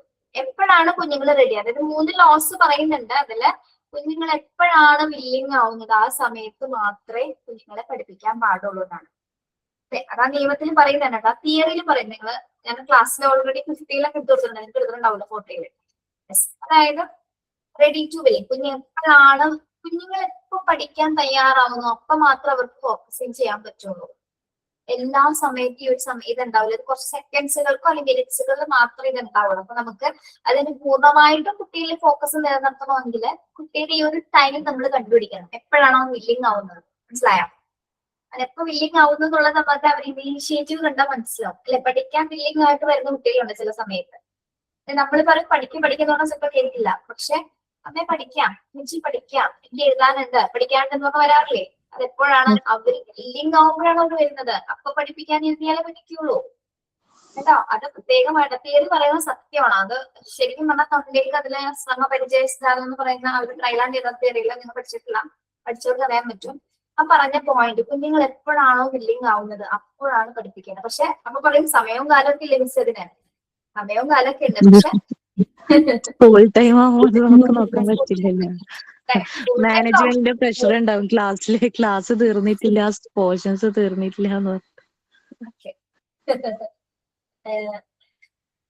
ഇപ്പൊ ചില ടീച്ചർമാര് ക്ലാസ്സിൽ കയറുമ്പോ തന്നെ നിങ്ങൾ റെഡിയാണോ ടീച്ചർ ടോപ്പിക് എടുക്കട്ടെ എന്ന് നോക്കുമ്പോ ചില കുഞ്ഞുങ്ങൾ ഇങ്ങനെ ഷൈനസ് ഒക്കെ കാണിച്ചിരിക്കും. അപ്പൊ എനിക്കൊരു കുറവുണ്ടല്ലോ, അപ്പൊ ടീച്ചർ ഒരു കഥ പറഞ്ഞാലോ എന്ന് പറഞ്ഞ് ടീച്ചർ ഒരു കഥ പറയും. കഥ പറഞ്ഞു എന്താണ് ലാസ്റ്റ് കുട്ടികളെ വില്ലിങ് ആക്കും ടീച്ചർ. അടുത്ത ടോപ്പിക് പഠിപ്പിക്കാൻ ടീച്ചർ വില്ലിങ് ആക്കാറുണ്ട് അല്ലെ? ഒരു ഞാൻ ടീച്ചിങ് പ്രാക്ടീസിന് പോയപ്പോഴേ ആക്ഷൻ സോങ് കാര്യങ്ങൾ വാമപ്പ് ചെയ്യിപ്പിച്ചു. അതുപോലെ ചെറിയ എക്സസൈസുകള് ആക്ഷൻ സോങ് ചെയ്യിപ്പിച്ചതിന് ശേഷമാണ് ക്ലാസ് എടുക്കാറ്. അപ്പൊ അവർ നല്ലൊരു ഇൻട്രസ്റ്റിൽ നിൽക്കുമായിരിക്കും. ആ സമയത്ത് അവർക്ക് പെട്ടെന്ന് അത് ക്യാച്ച് ചെയ്യാൻ പറ്റും. ആക്ഷൻ സോങ് ആണെങ്കിൽ അവർക്ക് ഭയങ്കര ഇഷ്ടമാണ് അത് ചെയ്യാൻ. ഇഷ്ടപ്പെട്ട ഒരു ആക്ഷൻ സോങ് ആണെന്നുണ്ടെങ്കിൽ പെട്ടെന്ന് അവരത് നമ്മുടെ കൂടെ തന്നെ ചെയ്യും. അതിനുശേഷമാണ് ഞാൻ ക്ലാസ് എടുക്കുന്നത്. അപ്പൊ അവർക്ക് ആ ഒരു 10 മിനിറ്റ് കറക്റ്റ് ആയിട്ട് നമുക്ക് കിട്ടും. നമ്മൾ പറയുന്നത് ശ്രദ്ധിച്ചിരിക്കുകയും ചെയ്യും. ഞാൻ പ്രീ പ്രൈമറി ക്ലാസ്സിന് എടുത്തിട്ടുണ്ട്. ഞാൻ LKG UKG ഇതുവരെ പോയില്ല, ഇനി പോകണം അത്രേ. ഇല്ല ഞാൻ പോയത് എങ്ങനെയാന്ന് വെച്ചാൽ ഞാൻ ട്യൂഷൻ എടുക്കുന്നുണ്ടായിരുന്നു. അപ്പൊ ട്യൂഷൻ എടുക്കുന്ന ആ സ്കൂളിലെ ഒരു കുട്ടി മാത്സിൽ ഭയങ്കര ബാക്കൗട്ടായിരുന്നു. അപ്പൊ മാത്സിൽ കുറച്ചും കൂടി മുന്നോട്ട് വന്നുകൊണ്ടപ്പോ ഇതാരാ എനിക്ക് എടുത്തു തന്നെന്നുള്ള രീതിയിൽ ഇങ്ങോട്ട് വന്നൊരു ഓഫർ ആയിരുന്നു. വന്നിട്ട് ക്ലാസ് എടുക്കുമോ എന്നുള്ള രീതിയിൽ ചോദിച്ചു. മാനേജ്മെന്റ് സ്കൂളാ. അങ്ങനെ ഒരു വർഷം ഞാൻ ചെയ്തിട്ടുണ്ട്. പ്രീ പ്രൈമറി സ്കൂളിൽ 4th വരെ മാത്സ് എടുത്തു കൊടുത്തിട്ടുണ്ട്. ആ ഒരു എക്സ്പീരിയൻസ് ചെയ്യുള്ളൂ. അപ്പൊ കുഞ്ഞു കുട്ടികളിൽ ഇതുവരെ പരീക്ഷിച്ചില്ല. അത് ഞാൻ ചോദിച്ച ഫോക്കസ് കിട്ടാൻ എന്തെങ്കിലും വഴിയുണ്ടെന്നുള്ളത്. ചെറിയ കുട്ടികളെ ഹാൻഡിൽ ചെയ്യുന്ന കുറച്ച് ബുദ്ധിമുട്ടാണ്. അത് കൊണ്ടുവരാൻ സമയം എടുക്കും. അതാണ് നമ്മൾ ഫസ്റ്റ് ഓഫ് ഓൾ ചെല്ലുമ്പോൾ തന്നെ കുട്ടികളെ പഠിപ്പിക്കുക എന്ന് പറയുന്നത്. ആദ്യം അവരുമായിട്ട് അവരുടെ ബാക്ക്ഗ്രൗണ്ട് എന്താണ്, അവരെങ്ങനെയാണെന്നൊക്കെ പഠിച്ചതിന് ശേഷമാണ് നമുക്ക് ഓരോരുത്തരും കുട്ടികളെ പഠിപ്പിക്കാൻ പറ്റും. ഇൻസ്റ്റാഗ്രാമില് ഓരോ വീഡിയോസ് കാണാറുണ്ട്. അതായത് പാസ്റ്റ് പ്രസന്റ് ഒക്കെ പഠിപ്പിക്കുന്ന ഒരു സോങ്ങിലൂടെ പഠിപ്പിക്കുന്ന അങ്ങനത്തെ ഒരു വീഡിയോസ് ഒക്കെ കാണാറുണ്ട് കുഞ്ഞു കുട്ടികള്. ഈ ടോപ്പിക് ഓർത്തിയില്ലേ, എനിക്കൊരു ടോപ്പിക് വെച്ചത് ഞാൻ അങ്ങനെ PG ക്ലാസ്സിൽ കയറാറില്ല. ഉച്ചയ്ക്ക് ശേഷം പേരെന്താണോ? ഹൈറുന്നീസ. ഏത് ബാച്ചാ? 40. 14 എത്ര ടോപ്പിക്സ് കൊടുത്തിട്ടുണ്ടെന്നാണോ? ഞാൻ 4 ടോപ്പിക്സ് പറഞ്ഞിട്ടുണ്ടായിരുന്നു ഇവരോട്. ഫിസിക്കൽ ഡയമെൻഷൻ എൻവയോൺമെന്റ് ഒരാൾക്ക് കൊടുത്തിരുന്നു, സോഷ്യൽ കൊടുത്തിരുന്നു, സൈക്കോളജിക്കൽ കൊടുത്തിരുന്നു, എത്തിക്കൽ കൺസിഡറേഷൻ, വാല്യൂ ഡയമെൻഷൻസ്. ഇതെടുക്കാവോ 4ാമത്തെ ടോപ്പിക്? അതാണോ ethical consideration or value dimension? Page number ma'am, അത് രേവതി എന്ന് പറഞ്ഞൊരു കുട്ടിക്ക് ഉണ്ടായിരുന്നല്ലോ. സോറി രേവതിയാണത്. സോറി വേറെ തരാടോ, ഞാൻ വേറെ തരാം. അതൊരാൾക്ക് കൊടുത്തിട്ടുണ്ട്.